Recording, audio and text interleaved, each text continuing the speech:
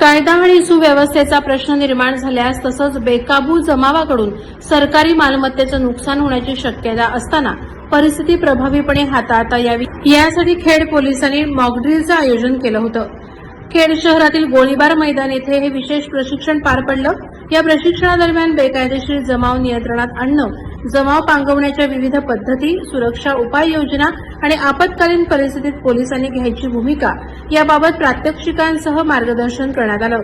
रत्नागिरी जिल्हा पोलीस अधीक्षक कार्यालयातील अधिकारी निलेश बोकेफोडे यांनी उपस्थित पोलीस अधिकारी आणि कर्मचाऱ्यांना सविस्तर प्रशिक्षण देत विविध परिस्थितींमध्ये जमाव नियंत्रणात आणण्यासाठी वापरण्यात येणाऱ्या तंत्राची माहिती दिली। तसंच पोलीस कर्मचाऱ्यांकडून प्रत्यक्ष सराव करून घेण्यात आला।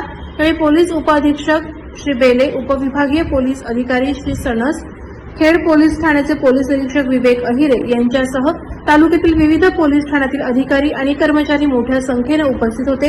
या प्रशिक्षणामुळे भविष्यात कायदा आणि सुव्यवस्थेचा प्रश्न निर्माण झाल्यास खेड पोलीस अधिक प्रभावीपणे आणि सक्षमपणे परिस्थिती हाताळण्यास सज्ज झाले असून आपत्कालीन प्रसंगी तातडीनं आणि समन्वयानं कार्य करण्यासाठी त्यांची तयारी अधिक बळकट झाल्याचे या निमित्ताने अधोरेखित झाले आहे।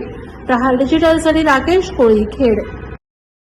डिस्पोजल ड्रिल आहे ती कशासाठी घेतली जाते? जेव्हा कायदा सुव्यवस्थेचा प्रश्न निर्माण होतो, कायदा सुव्यवस्थेचा प्रश्न निर्माण होतो, जेव्हा जमाव हा गैरकायदेशीर होतो आणि सरकारी मालमत्तेचं नुकसान लुटालूट सुरू करतो, तेव्हा ती मॉक डिस्पोजल ड्रिल ही घेतली जाते। घेतल्यानंतर जेव्हा जवानांना व कमांडर जे आरसीपीचे व किवाडीचे कमांडर आहेत व जवानांना कशा पद्धतीनं आपल्याला तो मॉक डिस्पोजल करायचा आहे त्याचा सर्व प्रशिक्षण दिलं जातं आणि त्या पद्धतीनुसार त्यांनी स्वतःची काळजी आणि मॉक डिस्पोजल कशा पद्धतीनं करायचं आहे ते अधिकारी व जवान हे सर्व हत्यारानिशी ढाल, लाठी, हेल्मेट आणि आपल्याकडचे जे सेल आहेत, गॅस गन आहे, ग्रेनेड आहे, सेल आहे, याचा वापर करून जी गैरकायदेशीर मंडळी आहे ती सार्वजनिक मालमत्ता असेल त्याचं नुकसान व लूट करण्यापासून वाचवण्यासाठी ह्या पद्धतीनं आपण मॉक डिस्पोजल ड्रिल ही घेतली जाते। आपण त्यानुसार ह्या जवानांना व अधिकाऱ्यांना त्यासाठी प्रशिक्षण दिलं जातं की स्वतःची सुरक्षा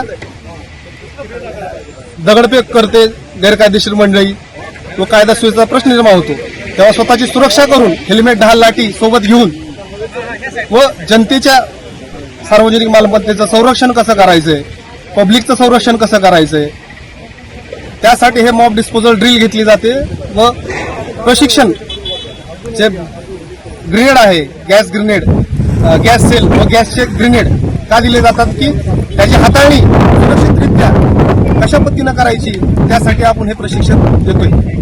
आज खरं तर तुम्ही प्रात्यक्षिक देखील दाखवली, सांगितलं समजून सर्वांना आणि त्यांच्याकडनं करूनही घेतोय आम्ही, जेणेकरून हे योग्यरित्या स्वतःची सुरक्षा घेऊन सार्वजनिक मालमत्तेचं, जनतेचं नुकसान, जीवितहानी व मालमत्तेची हानी रोखण्यासाठी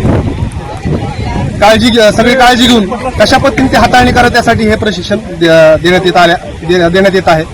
ओके, थँक्यू।